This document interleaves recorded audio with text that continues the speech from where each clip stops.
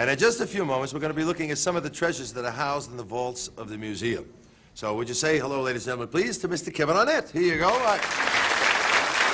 Hello, Kevin. Kevin, just off the top, the vaults, where they keep a lot of the things that are not on display. Is that right? Oh, good evening, Don. How are you with us? Oh, I'm sorry. That's great. We're here at the vaults, as you can see, of the Science Museum of Victoria. Upstairs, there are about 3,000 items on display. But of course, there's nobody up there to see them at the moment, which means it's pretty spooky in here at this time of night. But down here in the cellars, we've got about 200,000 objects which the public have never, ever seen before. To take us on an extraordinary cook's tour tonight, I'd like to introduce to you Geoffrey Holden. Now, Jeff is in charge of the electronics section here at the Science Museum of Victoria. So, Jeff, say hello to Don. Hello, Jeff. How are you? Say hello to Jeff. Hello, Don. Please, that's hello, nice. There you go. Hang on.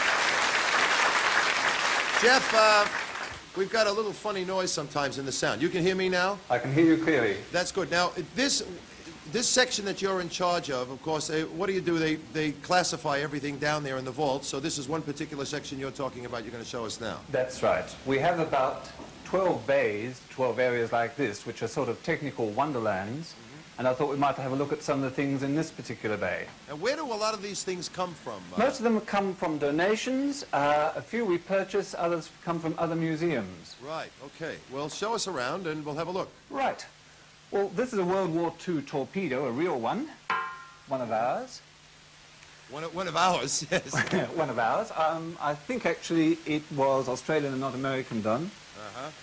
And on this side we have some early models, some patent models. When the Patent Office was established in Victoria last century, they had the somewhat lunatic idea that there should be a working model for every patent granted. That system didn't last very long, with several thousand patents coming in every week. Jeff, you mean if a fella came in with an invention, he had to make a working model of the invention first? Indeed, to demonstrate a working model. What are some of those things we're looking at? Well, let's have a look at this one. This is a very simple one. It was a water wheel designed to crush rock. Now, there'll be a bit of noise here. I see. Uh-huh. That never really went anywhere, did it? That didn't, no. No. If we can move on here, I won't tell you for the moment what this particular object is, but a couple of months ago, I brought down to the vaults a rather bright 16-year-old, and I thought I'd take him down a peg or two, so I gestured to this and said, try and work out what this is. He looked at it, in silence for a couple of seconds, and then he said, well, there's a moving drum here, and there's a pen, so it probably records something. And there's a weight here, which moves, a weight here, which moves, and one here, which moves. Now that's moving, that's measuring movement somehow. Well, there's nothing coming in or out, so it has to measure earthquakes. It's a seismograph. Is that right? And he was right. This was Melbourne's original seismograph from 1905 to about 1955. And that's the one they used, actually? That's the one they used. If you were in Melbourne in that period and you read about a level 10 earthquake in Japan, it was probably picked up on this unit. Wow. I must do it again just in case. I must apologize to people for some of the poor quality they're getting in the sound. We're trying to clear the line up. You just keep going, Jeff. We're all right. We can hear you. Right. Over here we have an Australian radio of 1928. If you've ever been frightened by a bit of hi-fi equipment with thousands of knobs, have a look at this, because the knobs don't even have labels on it. And if you wanted to tune in to 3XY, for example, you had to adjust each one of these to 3XY. Oh, my goodness. And the set then worked very well, provided that the temperature in the room didn't change, in which case all the tuning was scrambled and you started all over again. Wow, look at the size of those valves. It's a beautiful set. This will actually be in an exhibition which we're putting on in about 5 weeks' time on mechanical music through the ages. Can you make that work, Jeff? We don't normally try, because supposing we connected it up and one of the components blew, like a capacitor might blow, which could wreck the entire set, blow all the valves to pieces. Right. Now, the obvious solution is that you take out the parts that might blow and put new ones in, but then you don't have a historically correct set. Right. Well, thank you. That's beautiful. What else we got? Over here, we collect all sorts of things. Some months ago, a gentleman rang me up and said, do you collect light bulbs? And I said, yes. He said, I've got a fairly big one. So I said, fine.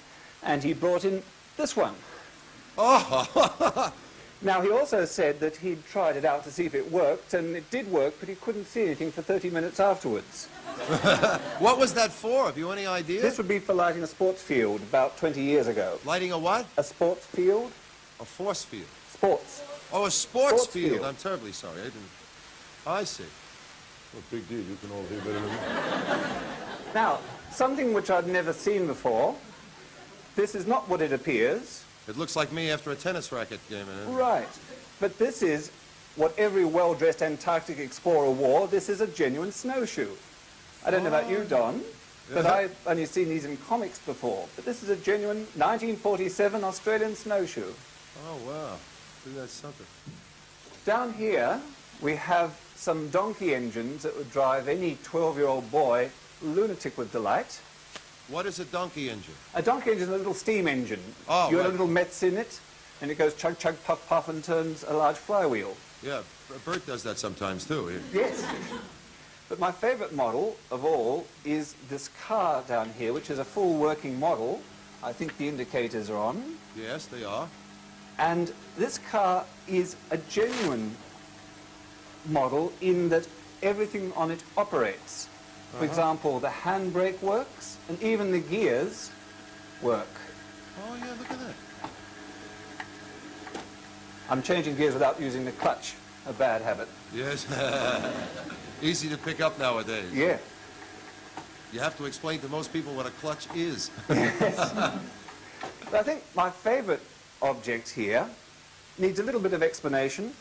When John Logie Baird developed the idea of television in 1926, his first idea was with huge rotating discs that chopped up the light, then broadcast it, and then you looked at the light being unchopped in your living room. And that would have meant that you watched television with about a 7-foot disc rotating at high speed. And if they ever came off, they would decapitate everyone in the room. Yes. Now, what the thought of imminent death would do to the ratings, I don't know, but it wasn't going to be a commercial winner. So in the early 30s, he was one of the first to develop the idea of the newfangled cathode ray tube, which we use today. And this is one of the sets made by Baird. So far as we know, there's only 2 others in the world. These sets were individually handmade, so each one is different. And this set had a certain optimistic feature.